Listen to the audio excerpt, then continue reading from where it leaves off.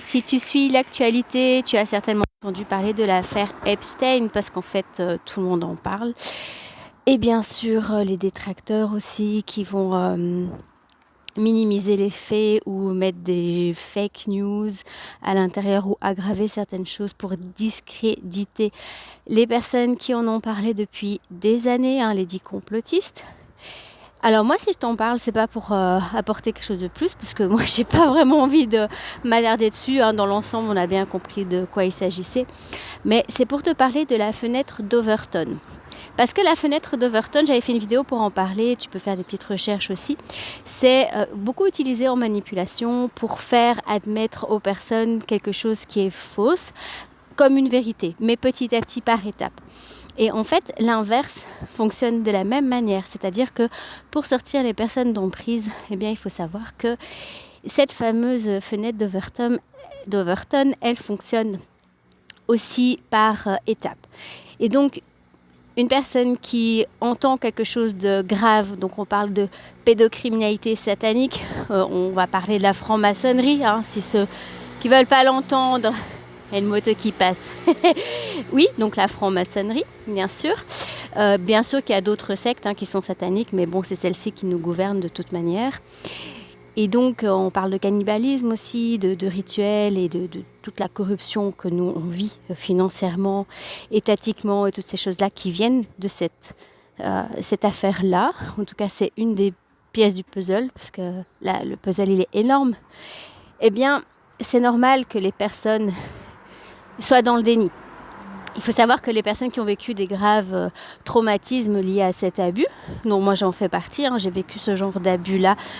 Une chance, c'est que j'ai pu en être extirpée à mes 8 ans et que j'étais pas là chez mon père tout le temps. Mais j'ai vécu ce genre de traumatisme et moi-même, j'ai beaucoup de mal à croire en moi-même, à croire en ce que je vois, en ce que j'ai vécu, en ce que mon corps me dit.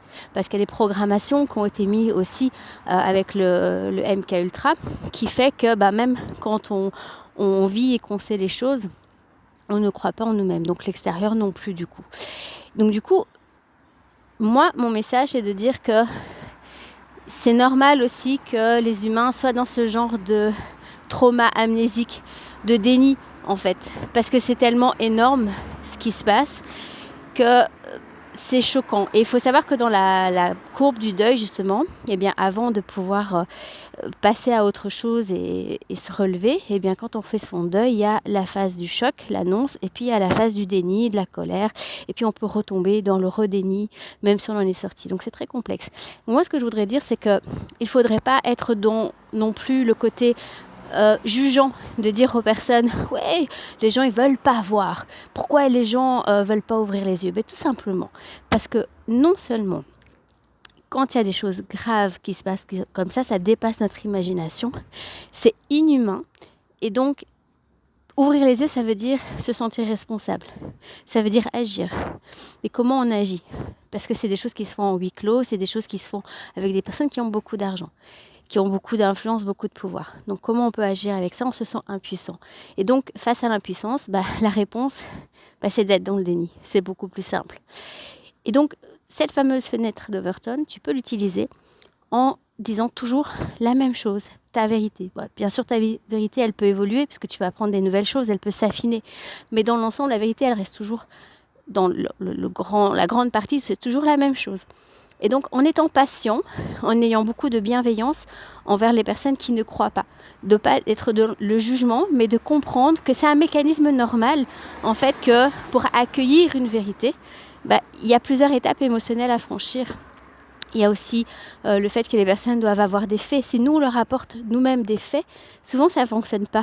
Tu vois, c'est comme avec un manipulateur. Quand tu dis à quelqu'un, cette personne est manipulatrice, en fait, tu te fais griller parce que c'est toi qui vas être taxé de manipulateur. Par contre, de dire, voilà, moi, je vois ça, je lis ces choses-là, je comprends ça, ça va être choquant. Et donc, la personne, elle va l'entendre. C'est des graines que tu sèmes. Et puis elle va l'entendre de quelqu'un d'autre, et puis de quelqu'un d'autre. Et souvent, on n'est pas prophète dans son pays. Ça veut dire que quand on va dire des choses qui sont vraies à nos proches, ils ne vont pas nous croire. C'est le cas dans les problèmes d'inceste, c'est le cas dans les problèmes de manipulation, d'emprise. Et ça fait partie de tous les humains. qui soit... c'est pas une question d'avoir des bonnes ou des mauvaises intentions. Même les humains avec une meilleure intention, c'est ce qu'ils vont vivre, c'est ce côté du choc, donc du déni. Voilà, donc moi ce que je voudrais t'encourager, c'est de comprendre en fait cette fenêtre d'Overton à contresens, on va dire, et de dire qu'il faut être patient, être bienveillant, et que le monde se réveille. Moi, ce qui me fait toujours un peu rire, entre guillemets rire jaune, c'est que des choses que nous, on a dit il y a 4-5 ans, par rapport au Covid, par exemple, par rapport au vaccin, qu'il va y avoir des problèmes de santé, on ne nous a pas cru. Puis maintenant, ça sort comme ça, comme si c'était une évidence, parce que ce sont les hauts placés qui le disent. Ce sont les articles qui le disent. Alors du coup, là, ça passe crème. Les gens ont la mémoire courte. Ça fait aussi partie des symptômes du déni. C'est d'oublier en fait quelles étaient les personnes qui disaient les choses. Parce que y a plein de choses dans notre vie qui se passent.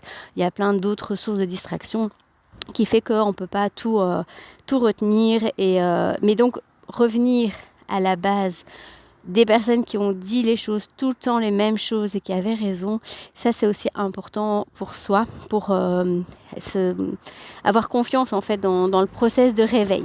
Voilà, donc je pense que l'humanité est en train de s'éveiller et que les personnes qui sont plutôt visionnaires, qui savent les choses à l'avance, on a vraiment cette mission, je dirais, d'être patient et bienveillant, d'être compréhensif et de surtout pas dire « Ah oui, mais tu vois, je te l'avais dit, tu m'as pas cru, tout ça. » En fait, on s'en fout du moment que les personnes, elles s'éveillent et qu'elles fassent des choses dans leur vie personnelle et dans leur vie collective pour sortir de ça. Je pense que c'est vraiment le plus important pour pouvoir se réunir au niveau collectif contre ces choses qui se passent au niveau de toute notre planète. Donc pense fenêtre d'Overton. À contresens, ça fonctionne très bien. C'est ingrat parce qu'on va oublier que c'est toi qui l'as dit, mais en fait, on s'en fout. Et moi, je dirais même, quand il y a une personne qui a oublié qu'on lui a dit quelque chose et qu'elle se l'accapare, c'est même bon signe parce que ça veut dire qu'elle a fait elle-même en fait des recherches et que finalement, c'est elle qui s'approprie sa propre vérité et la vérité de ce qui se passe au niveau collectif. Voilà, sur ce, je te souhaite une bonne journée malgré tout, même si tout ce qu'on est en train de vivre, c'est vraiment très très difficile parce qu'en étant dans la joie, eh bien, on va apporter quelque chose de plus intéressant au niveau vibratoire qu'en étant dans la tristesse, mais même si les deux sont, on peut les vivre ensemble. Voilà, allez, je te souhaite une bonne journée, ciao ciao.